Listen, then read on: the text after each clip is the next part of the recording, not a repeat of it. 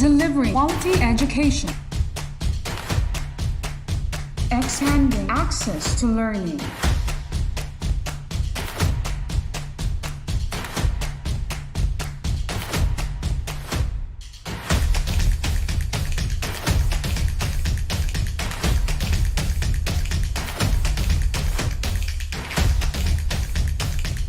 The official TV-based instruction of Tagum City. This is Tagum City Division's DepEd TV. Tara na!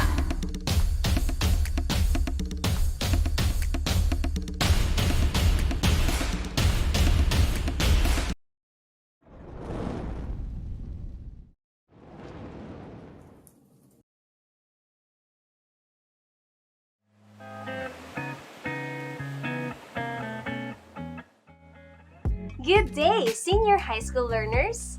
I am your teacher broadcaster, Kim Salazar. Join me in this interesting episode of Lantaw, Compre. This is Physical Science, Quarter 3, Module 3, for the topic Intermolecular Forces. The following objectives entail tasks for you to understand more today's science concepts. Make sure that you have with you your pen, paper, and self-learning module so that you can write down salient points of the discussion. To jumpstart the lesson, you will need to answer the pre-test. All you have to do is to choose the letter of the best answer. Let's start. Question number 1. Which of the following are the forces that act between molecules? A. Intramolecular forces. B. Intermolecular forces. C. Covalent bond. Or letter D. None of the above.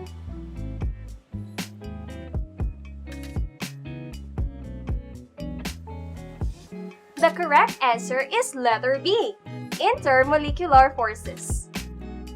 Question number 2. Which is one of the 4 main types of intermolecular forces? A. Ion-ion interaction. B. Dipole-dipole interaction. C. Hydrogen bonding. Or D. All of the above.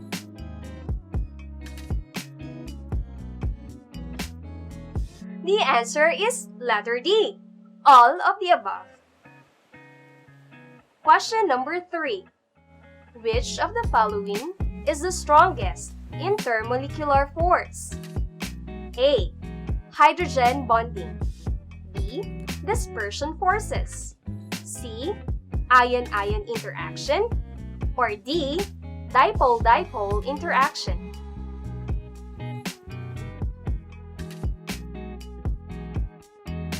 You're correct! It's letter C, ion-ion interaction. Question number 4. What occurs between polar molecules? A. Hydrogen bonding. B. Dipole-dipole interaction. C. Dispersion forces. Or D. Ion-ion interaction. If your answer is letter D, dipole-dipole interaction, then you are correct. And lastly, question number 5.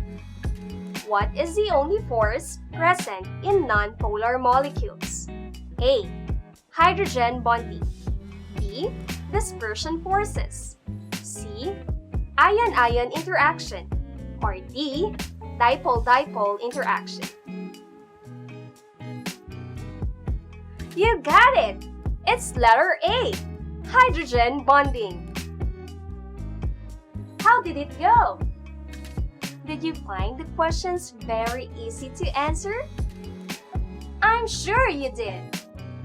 Before we move further, please refresh your minds about the previous lesson. Last time, the differences between polar and non-polar molecules, the Lewis electron dot system, and the electronegativity value of elements were given emphasis. Today, spotlight is on intermolecular forces.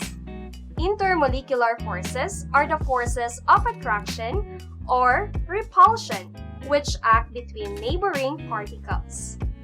These forces are weak compared to the intramolecular forces, such as the covalent bonds or ionic bonds between atoms in a molecule.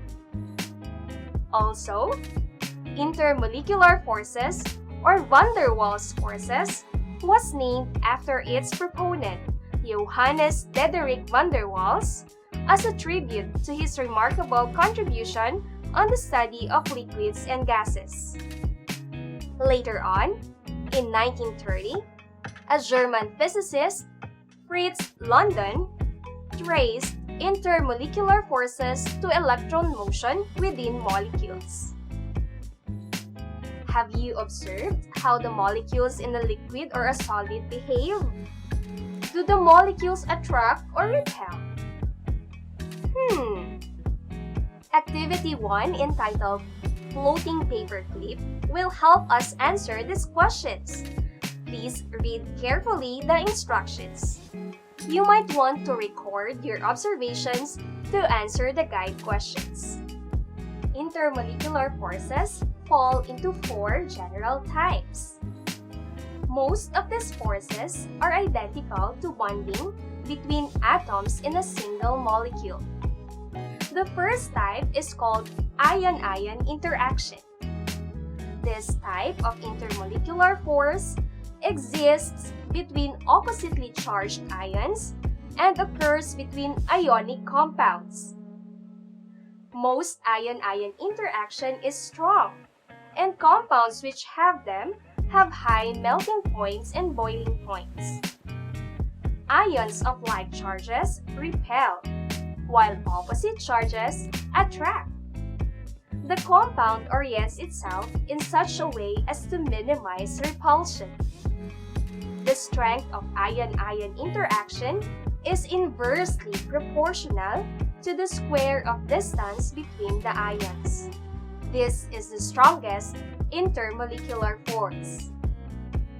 Figure 2 shows ion-ion interaction.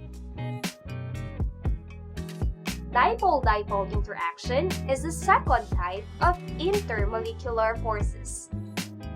This kind of interaction occurs between polar molecules because of partial positive pole and the partial negative pole of the molecule.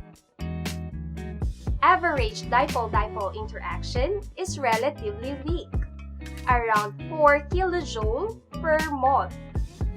This interaction is effective over a very short range.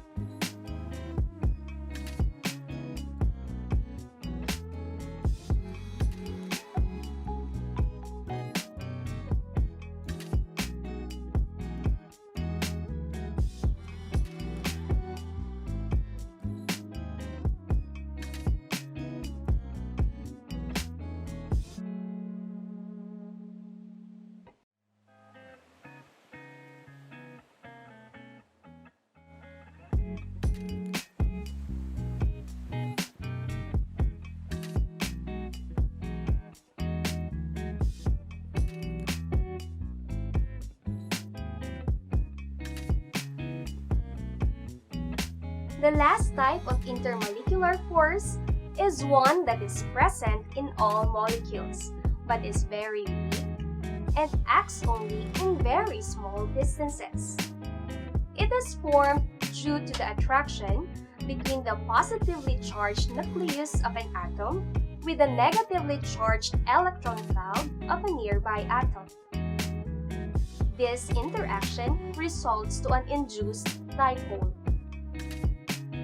The strength of dispersion forces is inversely proportional to the distance raised to the 7th power. thanks to dispersion forces or London forces, for without this type of intermolecular force, substances would not be able to condense to liquid and solid phase. Here shown is a lone iodine molecule having equal electron density. When several iodine molecules are exposed to each other, an induced dipole is created. This is shown in the uneven electron density of the iodine molecules. As the molecular weight of molecules increases, the polarization increases due to dispersion forces. Sometimes, dispersion forces can be stronger than the dipole-dipole interaction, or even hydrogen bonding. I'm sure you understood better now the four general types of intermolecular forces. Even so, I want you to complete the intermolecular forces diagram in Activity 2 to summarize our discussion.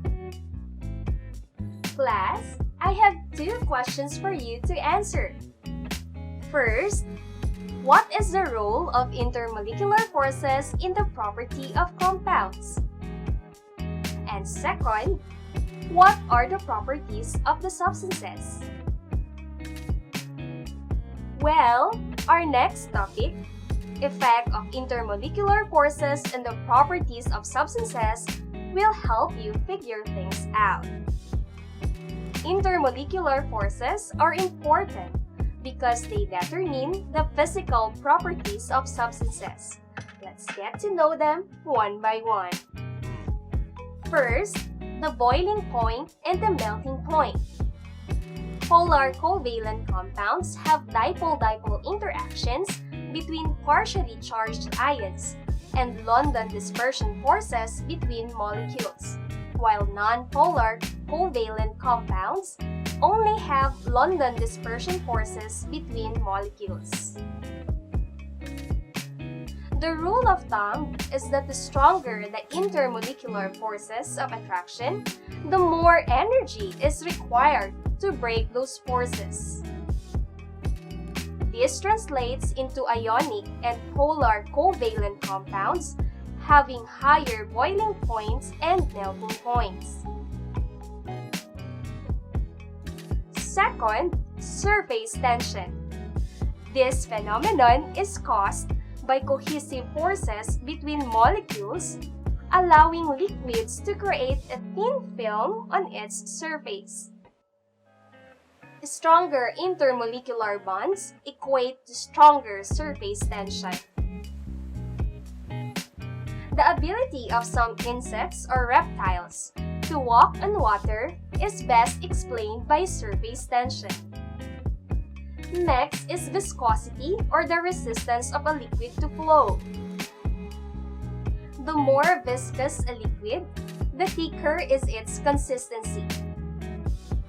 In layman's term, it is the measure of the thickness of a liquid.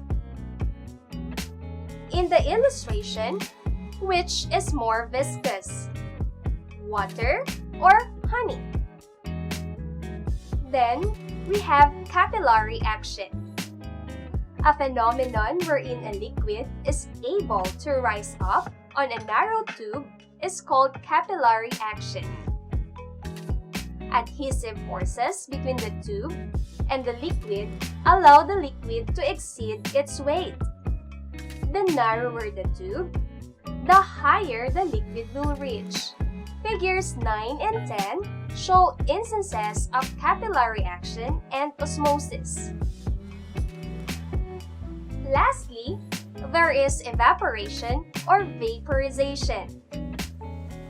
It is the process of turning liquid into gaseous form. Weaker intermolecular forces equate to greater volatility. Figure 11 displays how molecules move during evaporation and boiling. Good job, class! We are done with our discussion. I can't wait to see how skillfully you perform in the succeeding tasks. It's time to apply the learnings you have gained. For your final task, you are expected to make a science blog. All topics are water-related. After choosing a topic, you may submit your output in either two media, online or offline. You will be graded using this rubric.